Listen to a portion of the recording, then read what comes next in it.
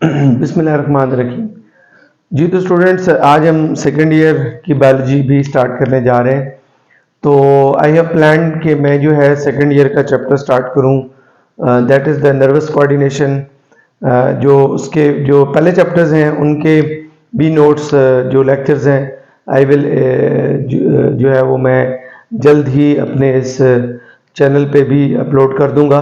तो हम जो आज स्टार्ट करने जा रहे हैं वो एक्चुअली है नर्वस कोऑर्डिनेशन।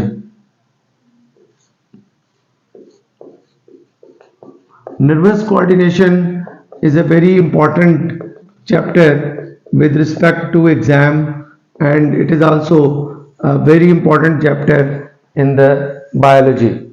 Basically जो coordination है, आपको पता है कि जितने भी living organisms होते हैं, especially जो multicellular organisms होते हैं, they have the process of coordination between their cells, between the tissues, between the organs, and even between the system. In this way the whole body is working in a proper controlled manner. तो अगर हम बात करते हैं higher animals में, specially in case of human, तो human में जो कोऑर्डिनेशन का जो प्रोसेस है among the tissues, organs and systems, वो बेसिकली दो किस्म की कोऑर्डिनेशंस हैं. One is this, that is the nervous coordination, and the other is chemical coordination that we will discuss after the nervous coordination. तो basically जो nervous coordination है ये वो coordination का सिस्टम है जो कि मेंटेन होता है with the help of nervous system, and जिसमें इन्वॉल्व होती है इलेक्ट्रिकल सिग्नलिंग.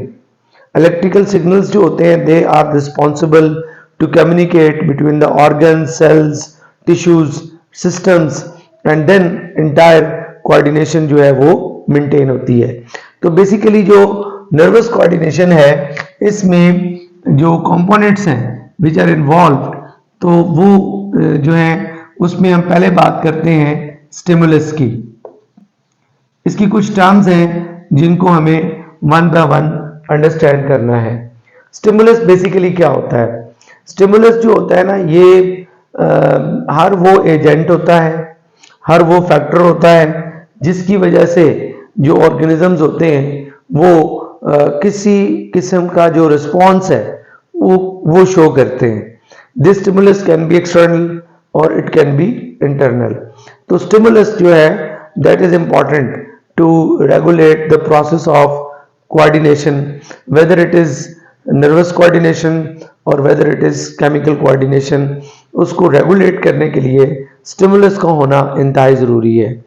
उसके बाद जो मेन कंपोनेंट आता है वो हमारे पास होते हैं रिसेप्टर्स, जिनको हम डिटेल में भी डिस्कस करेंगे, लेकिन यहाँ पर हम जस्ट इनका एक इंट्रोडक्शन लेंगे कि जो रिसेप्टर्स हैं ये basically again they can be cells, receptors can be cells, they can be receptors can be tissues, receptors can be organs. ये वो होते हैं जिनका काम ये होता है कि ये स्टिमुलस को डिटेक्ट करते हैं, whether that stimulus is external और whether it is internal stimulus. तो जो ऑर्गन, सेल्स और टिश्यूज स्टिमुलस को डिटेक्ट करते हैं उनको हम बोलते हैं receptors. They are of multiple types. हम रिसेप्टर्स को डिटेल में डिस्कस करेंगे इस चैप्टर के अंदर, लेकिन यहाँ पे अब हमारा कंसर्न जस्ट एक इंट्रोडक्शन डेवलप करना है. तो आपने यहाँ पे सिर्फ ये अंडरस्टैंड करना है कि receptors can be cells, can be tissues, can be organs which can detect the stimulus, whether the stimulus is external और whether the stimulus is internal. उसके बाद क्या होता है? उसके बाद जो हायर एनिमल्स होते हैं इनमें सेंसरी न्यूरॉन्स होते हैं. सेंसरी न्यूरॉन्स, जो सेंसरी न्यूरॉन्स होते हैं they constitute sensory nerves in case of higher animals. इनका काम ये होता है कि ये रिसेप्टर से मैसेज को पिक करते हैं अबाउट दैट स्टिमुलस. जो मैसेज स्टिमुलस के बारे में रिसेप्टर्स ने बिल्ड किया होता है उस मैसेज को ये जो सेंसरी न्यूरॉन्स होते हैं ये पिक करते हैं, और फिर वो इस मैसेज को जो प्रोसेसिंग सेंटर है दैट कैन बी ब्रेन और कैन बी स्पाइनल कॉर्ड और बोथ, उनकी तरफ ये ले जाते हैं ताकि उस स्टिमुलस के बारे में जो इन्फॉर्मेशन है उसको प्रोसेस किया जा सके और उसकी जो इन्फॉर्मेशन है वो बॉडी को डिलीवर की जा सके, नर्वस सिस्टम को डिलीवर की जा सके। तो इसके बाद हमारे पास होते हैं main nerve organs which can be brain और स्पाइनल कॉर्ड, इनको हम बोलते हैं nerve organs.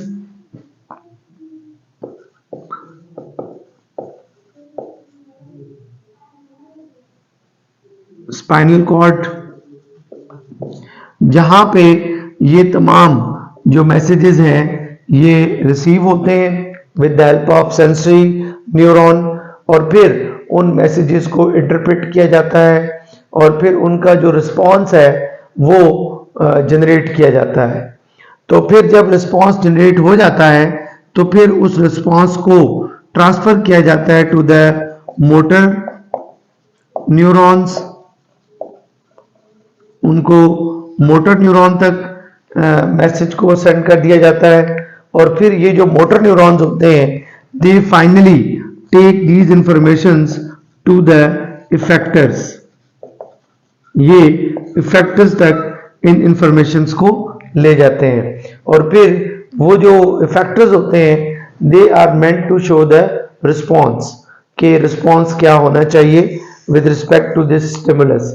It depends, response जो होता है वो डिपेंड करता है कि स्टिमुलस किस नेचर का है। ठीक है, for example if you are feeling hungry, तो अगर आपको फूड नजर आता है या आपको खाने के लिए बुलाया जाता है तो आपको खाना जो है ना, खाना वो एक स्टिमुलस है, आप खाने की तरफ जाते हैं, आप खाने को खाना शुरू करते हैं, तो this is your positive response for food, ये आपका फूड के लिए पॉजिटिव रिस्पॉन्स है। हंगर भी एक स्टिमुलस है और फूड इटसेल्फ भी एक स्टिमुलस है। हंगर जो है वो एक इंटरनल स्टिमुलस है कि आपके ब्लड में शुगर लेवल डाउन हो रहा होता है, तो वो जो लो लेवल ऑफ शुगर होता है that is activating hunger centre in your brain and pushing you toward food, और फूड इटसेल्फ जो है वो भी आपको अट्रैक्ट कर रहा होता है कि आप उसको ईट करें। तो ये दोनों स्टिमुलस हैं, हंगर एंड फूड। तो ultimately they are sensed by our sensors and receptors and then इसके बारे में जो इंफॉर्मेशन है वो ब्रेन को शिफ्ट होती है एंड देन ब्रेन जो है वो इंटरप्रेट करता है कि what kind of food it is and whether you will eat और नॉट, ठीक है, how much you will eat. तो जब आप फूड को फिर खाते हैं तो if you are going to eat the food तो this is your positive response for food, ठीक है, और अगर आप फूड को नहीं खाते तो this is your negative response of food. और अगर आप बादर ही नहीं करते कि whether the food is there और not and you have no concern कि whether you will eat the food और नॉट, तो this is your ignorant response. तो basically whether you are giving positive response, whether you are going to ignore और whether you are going to showing the negative response, तो response तो ये सारे जो हैं they are shown by your effectors. Effectors can be muscles, can be glands, हम इनको भी आगे डिटेल में डिस्कस करेंगे। एनीहाउ ये ओवरऑल पैटर्न है हमारी नर्वस कोऑर्डिनेशन का कि इसमें जो स्टिमुलस होता है it is detected by receptors and receptors send the message to the sensory neurons, then they send the message to the nerve organs which can be brain or spinal cord, and then that message is transferred to the motor neurons and then to the effector for response। तो अगर इसको हम link करें through arrow तो we can develop this kind of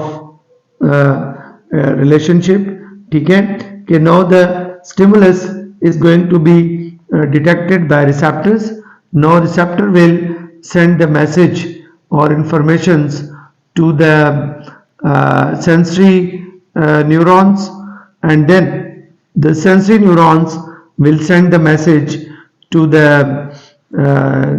nerve organs, and then nerve organs will decide the response and send the message to the motor neurons, and then motor neurons will take the information for response to the effectors। ये effectors को जो है वो message लेकर जाएंगे and finally जो factors हैं they will show the response कि what kind of response should be. तो यहाँ पे जो है वो इम्पोर्टेंट स्टेप इन्वॉल्व होता है जिसको हम बोलते हैं रिस्पॉन्स। तो जितने भी मल्टी सेलुलर ऑर्गेनिजम्स हैं उनके सिस्टम्स के बिटवीन भी कोऑर्डिनेशन है, उनके एनवायरनमेंट के साथ भी कोऑर्डिनेशन है और उन ऑर्गेनिजम्स की आपस में भी इंटरेक्शन है और कोऑर्डिनेशन है। तो this coordination when it is going to be controlled by these component, और इसमें जो सिग्नलिंग है, जो मैसेजिंग है, that is carried out by electrical nerve impulse. इसमें इलेक्ट्रिकल नर्व इम्पल्स भी इन्वॉल्व होती है, तो इसको हम बोलते हैं नर्वस कोऑर्डिनेशन। तो यू जस्ट इमेजिन, मैं एक रफ सी डायग्राम ड्रा करता हूं कि in case of human there is a brain in the school, this is the brain in the school,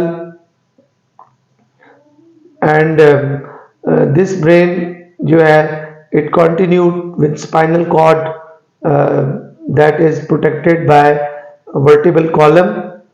This is the spinal cord, this is the brain,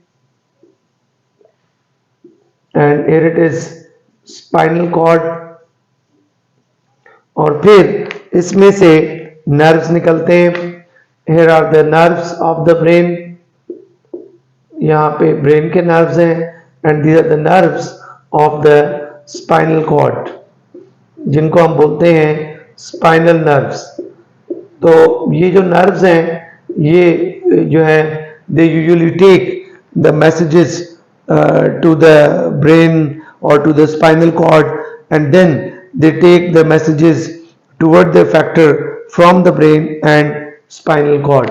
तो जो brain से nerves निकलते हैं they are called as cranial nerves, इनको हम cranial nerves कहते हैं, और जो स्पाइनल कॉर्ड से नर्व्स निकलते हैं इनको हम बोलते हैं स्पाइनल नर्व्स। तो हम इनको भी आगे जाके डिटेल में डिस्कस करेंगे। तो basically in case of human body there is a highly developed nervous system which is responsible to regulate this nervous coordination.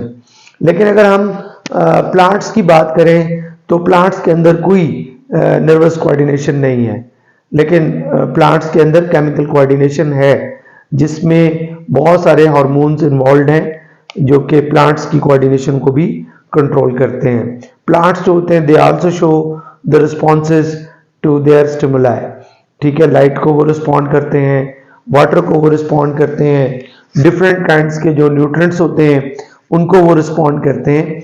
तो प्लांट्स के भी रिस्पॉन्सेज होते हैं, लेकिन उनके जो रिस्पॉन्सेज होते हैं वो नर्वस कोऑर्डिनेशन से कंट्रोल नहीं होते, वो केमिकल कोऑर्डिनेशन से कंट्रोल होते हैं। Whereas in case of animals जो है वो नर्वस सिस्टम डेवलप होना शुरू हुआ था हाइड्रा से, विच इज द नाइडेरियन और सेलेंट्रेटा, लेकिन शुरू का जो नर्वस सिस्टम था वो diffuse type of nervous system था। उसमें किसी किस्म के कोई नर्व्स की जो डिफ्रेंशिएशन थी, नर्व्स की डिफरेंट टाइप्स नहीं थी। हम diffuse type of nervous system में मुख्तलिफ किस्म के जो न्यूरॉन्स होते हैं, मोटर, इंटर, सेंसरी, उनमें डिफ्रेंशिएशन नहीं कर सकते। Diffuse type of nervous system में कोई ब्रेन नहीं है, कोई स्पाइनल कॉर्ड नहीं है, बस वो एक नर्व का नेटवर्क है। तो इस तरह का जो नर्वस सिस्टम था that was started right from phylum Cnidaria, and then gradually central nervous system evolve हुआ प्लेटियलमेंथीज से, which were the tapeworms और फ्लैट वर्म्स, उनसे ये स्टार्ट हुआ सेंट्रल नर्वस सिस्टम।